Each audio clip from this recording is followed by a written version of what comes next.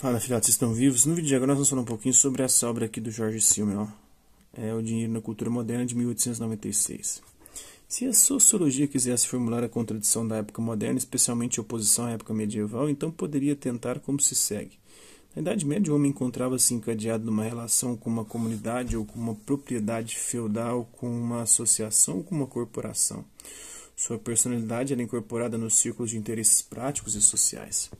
O caráter destes círculos era formado pelas pessoas que os constituíam de maneira imediata. Esta unidade foi destruída pela época moderna. Por um lado, ela possibilitou a autonomia da personalidade e deu a ela uma liberdade de movimentos interna e externa incomensurável.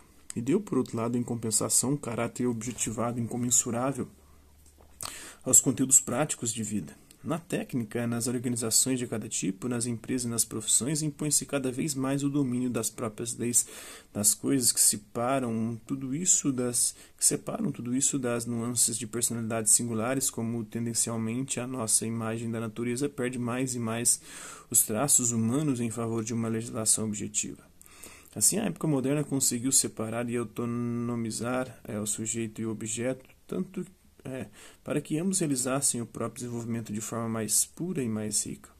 Como ambos os lados do processo da diferenciação foram atingidos pela economia e pela economia de dinheiro, é o que temos de analisar aqui.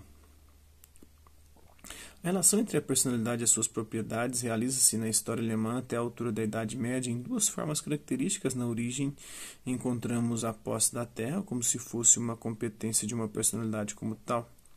A posse resulta da filiação de um homem singular à sua comunidade de mercado. Já no século X, essa forma pessoal de posses aparece. Agora, todo direito pessoal tornou-se dependente da posse do solo e da terra. Por exemplo, aquele que possuía um terreno fora da comunidade rural a qual pertencia não valia mais nesta comunidade, que exigia o arrendamento de uma propriedade inteira para aceitar alguém como um membro completo do que uma pessoa qualquer. Em ambos os casos, porém, persistia uma estreita ligação local entre a pessoa e a posse de terra.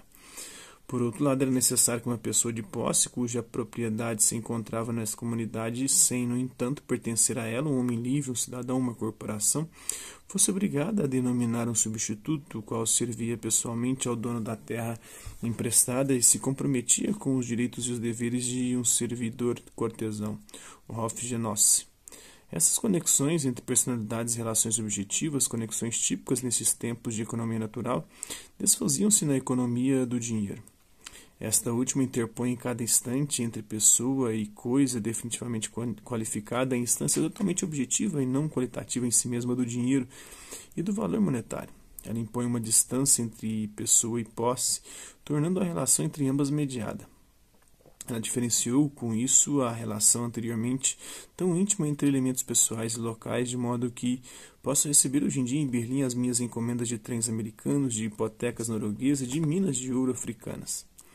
Aceitamos esta forma de posse eficaz à distância como se fosse uma trivialidade, mas ela só se tornou possível desde que o dinheiro se impôs entre posse e proprietário, separando-os e ligando-os.